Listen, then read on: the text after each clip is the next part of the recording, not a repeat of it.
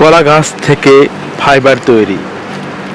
কলা আমাদের সবার পরিচিত একটি ফল, কিন্তু আপনি কি জানেন এই কলা গাছ থেকে তৈরি হয় শক্তিশালী পরিবেশ বান্ধব ফাইবার।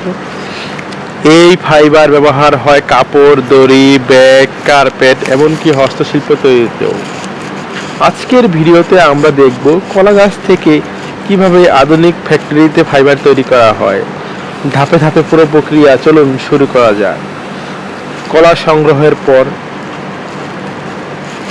সাধারণত এই গাছ ফেলে দেওয়া হয়, কিন্তু এই গাছের কাণ্ড বা ফাইবার তৈরিতে প্রধান কাঁচামাল।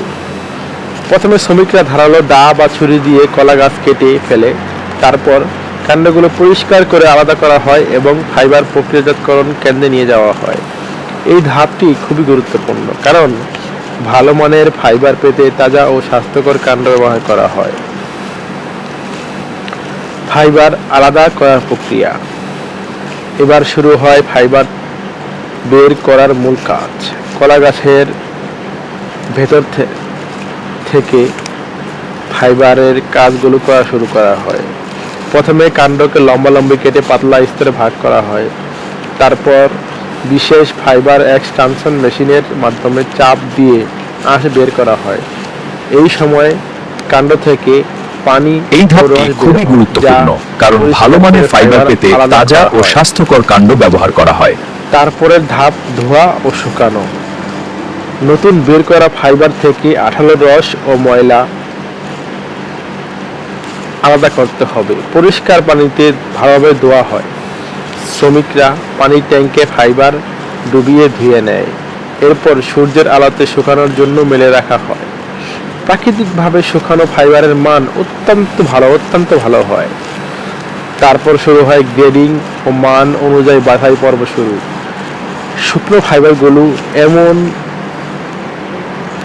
ভাবে বাছাই করা শুরু হয়, দৈর্ঘ্য, রং, মিশ্রতার উপর ভিত্তি করে ফাইবার গ্রেড তৈরি করা হয়। উচ্চমানের ফাইবার কাপড় তৈরিতে খুবই ব্যবহার হয়, আর নিম্নমানের ফাইবার দড়ি বা কার্পেট তৈরিতে ব্যবহৃত হয়। এই ধাপটি শিল্পমান বজায় রাখতে অত্যন্ত গুরুত্বপূর্ণ। এখন ফাইবারকে সুতা বা ইয়ারে রূপান্তরিত করা হয়। প্রথমে ফাইবারগুলো সমানভাবে সাজানো হয়, তারপর স্পিনিং মেশিনে ঘুরিয়ে সুতা তৈরি করা হয়। এই প্রক্রিয়া ফাইবারগুলো শক্তভাবে জড়িয়ে যায় এবং একটি সুতা তৈরি হয়, যা কাপড় বা অন্যান্য পণ্য তৈরির জন্য প্রস্তুত। এবার তৈরি হয় বিভিন্ন ব্যবহারযোগ্য পণ্য।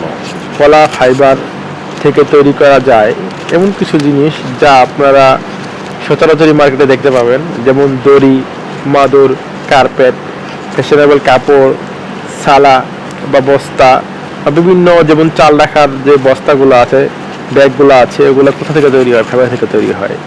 হস্তশিল্পে কলা ফাইবারের ব্যবহার দিন দিন জনপ্রিয় হয়ে উঠেছে। তারপরে আসুন পরিবেশগত উপকারিতা কি, এটা আসলে কি কাজে আসে?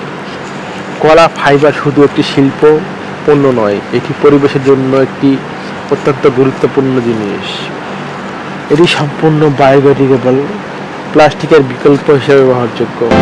এটি সম্পূর্ণ বায়োডিগ্রেডেবল, প্লাস্টিকের বিকল্প হিসেবে ব্যবহারযোগ্য, কৃষকদের অতিরিক্ত আয়ের উৎস, কৃষি বর্জ্য কমাতে সাহায্য করে।